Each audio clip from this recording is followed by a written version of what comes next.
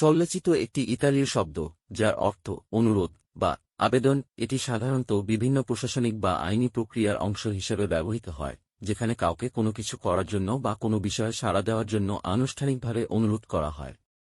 Document জটিলতা: আপনি ইতালিতে যদি সৌজন্য রিনিউ করার আবেদন করার পর নির্দিষ্ট সময় অতিবাহিত হয়ে যায়, তবে আপনি আইনজীবীর মাধ্যমে সল্লেচিত করতে পারেন।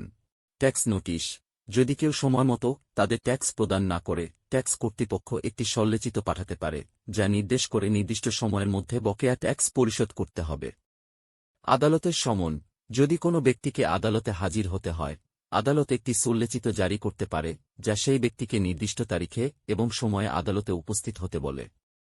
অফিসিয়াল ডকুমেন্ট জমা দেওয়া: যদি কোনো সংস্থা বা প্রতিষ্ঠান কোনো ব্যক্তিকে নির্দিষ্ট ডকুমেন্ট জমা দেওয়ার জন্য অনুরোধ করে, তখন একটি সল্লেচিত পাঠানো হতে পারে, যাতে সেই ব্যক্তিকে নির্দিষ্ট সময়সীমার মধ্যে ডকুমেন্ট জমা দেওয়ার জন্য বলা হয়।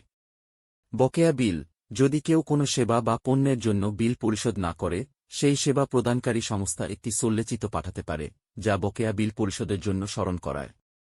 আশা করি আজকের ভিডিও আপনাদের জন্য উপকারী হয়েছে।